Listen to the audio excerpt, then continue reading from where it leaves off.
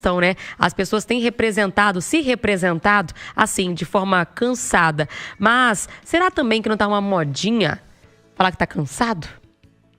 Your opinion, Raj?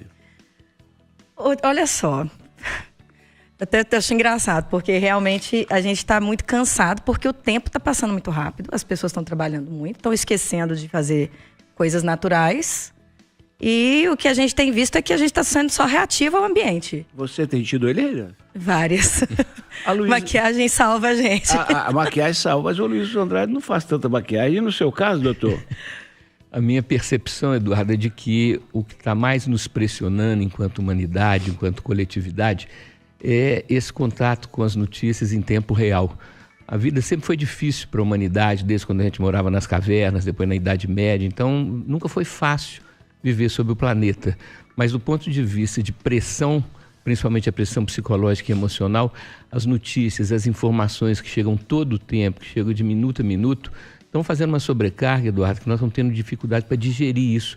Então, uma das coisas que provoca as olheiras é um fígado e uma vesícula que estão sobrecarregados. A gente já explicou para os ouvintes internautas da Itatiaia que o fígado e a vesícula digerem não só as gorduras, colesterol, triglicérides e etc., mas também digerem as dificuldades da vida, Eduardo. Por isso que o humor tem a ver com a conta bancária, tem a ver com o amor, tem a ver com uma série de coisas, mas o órgão, né, a dupla, o sistema hepatobiliar, fígado e vesícula, é que ajuda a digerir, porque a bile é um saponáceo, Eduardo, é um emoliente, ele faz como um sabonete, né? Como um detergente, ele quela as gorduras. Então eu penso que a humanidade está sobrecarregada, nós estamos precisando demais da conta, gente, de melhorar nossa blindagem, senão a gente corre o risco de ficar ou desanimado ou perturbado mentalmente, tá certo?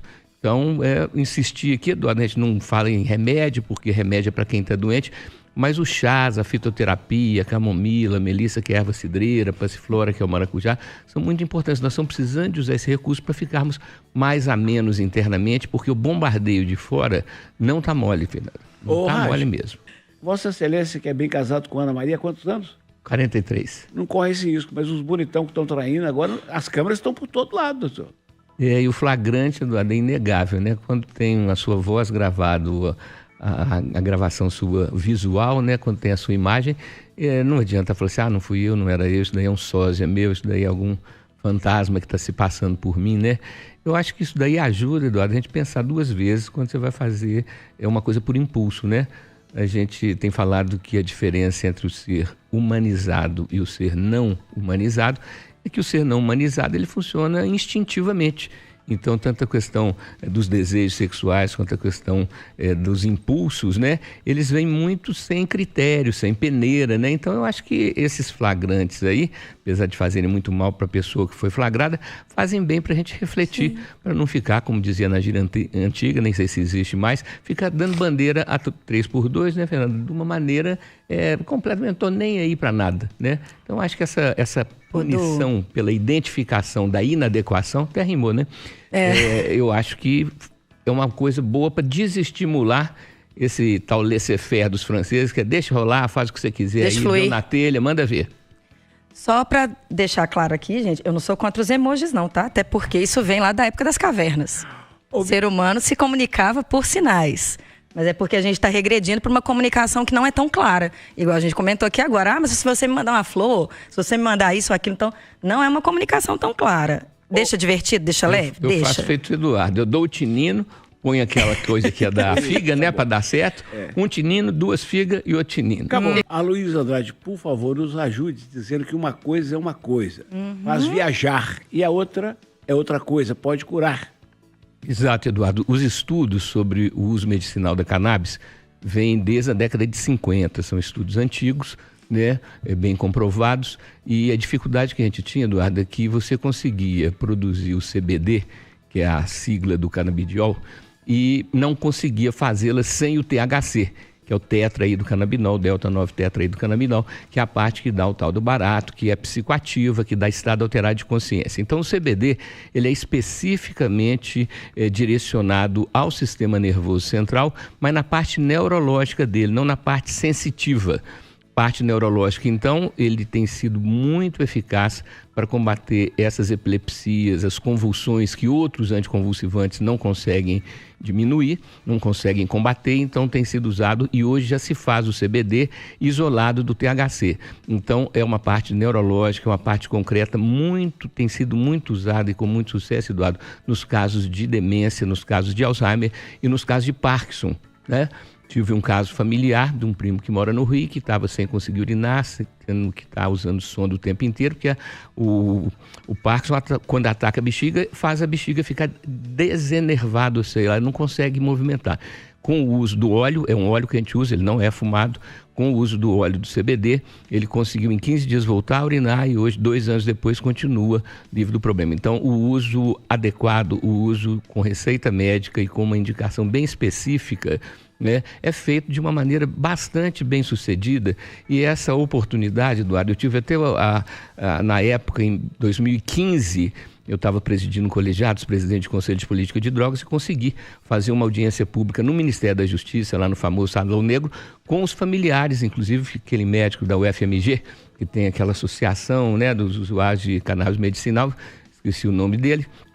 Ele então estava presente, os pais falando, Fernanda, de uma maneira assim completamente emocionante, porque na época era o risco de ser preso por tráfico de droga internacional, né? Então consegui nesse contato, nessa audiência pública, sensibilizar a vigilância sanitária, que passou então, a Anvisa passou a permitir a importação do óleo de uma forma legal com receita médica. Então é uma coisa que tem que deixar de ser um tabu, tem que ser visto como uma coisa científica e não é fumar maconha, tá certo, gente? É usar uma parte da maconha que, do ponto da cannabis, que é um nome bem mais bonito que maconha, que do ponto de vista prático tem sido de grande utilidade neurológica. Com isso, você pode. Você é capaz disso. Você tem que superar isso. Você tem que ser bom para a pessoa X ou Y. Você tem que ter calma. Essas frases, elas atrapalham e dificultam a pessoa a lidar com o próprio luto, porque elas jogam uma carga emocional pesada para essa pessoa que já está fragilizada emocionalmente. Ô, Luiz, eu acho que eu não vou ter conversa nenhuma com a pessoa em luto, porque ele cortou minhas frases prediletas aí, viu? Eduardo, vou lembrar aqui para os ouvintes, para os internautas, uma frase do Guimarães Rosa, no Grande Sertão Veredas, que ele fala assim: viver é muito perigoso. Querer o bem com demais força, de jeito incerto ou de maneira inadequada, pode já estar sendo se querer o mal desde o principiar, né? Então, essa questão de você querer ajudar e acabar atrapalhando é muito comum acontecer, Eduardo, porque a pessoa se sente na obrigação de falar alguma coisa e muitas vezes falam uma coisa que, em vez de ajudar, atrapalha, né? Então, você falar meus sentimentos, né? Sinto muito, ou tem as pessoas que acreditam no plano espiritual, né? Falam assim, olha, graças a Deus conseguiu a libertação, a gente até já citou aqui, que os indianos chamam de tomar Mahasamadhi, deixar o corpo físico, e que eles veem, desde que não seja por suicídio, como um momento mais glorioso. A pessoa que cumpriu a sua missão, seja aos 7, 17, 77 anos, não fazem conta de idade, sabe, Fernando? É a questão assim, fechou o ciclo, e eles se imaginam como uma gota, eu imagino a pessoa querida que deixou o corpo físico, como uma gota que dá um pulo de cabeça, dá um tibu no oceano, deixa de ser gota e volta a ser oceano. Perde-se essa consciência individual brilhante, mais limitante, e volta a se integrar à consciência cósmica, que é ser um com Deus, coisa que a gente não tem a menor capacidade de imaginar como seja, né? Mas essa capacidade de acreditar que existe vida antes do nascimento, existe vida depois da morte, com formas distintas, é claro, não como nós estamos aqui com essa consciência toda. Então, acho que é melhor falar uma coisa sucinta, uma coisa abreviada, do que ficar querendo inventar discurso em cima de um momento de luto, de um momento de sofrimento da pessoa que perdeu um ente querido. No @Luiz Andrade, você conhece mais desse médico. Até sexta, doutor. Isso, Luiz João Andrade. E agradecer, Eduardo, essa oportunidade que a gente tem tido aqui de participar, de ouvir situações que realmente são abomináveis, né? E não é à toa que a descrença está imperando, não é à toa que as pessoas estão acreditando mesmo, porque é tanto absurdo que a gente vê, tanto absurdo que a gente tem aquela clareza de que existe, que isso não é um imaginário, que isso não é uma fantasia.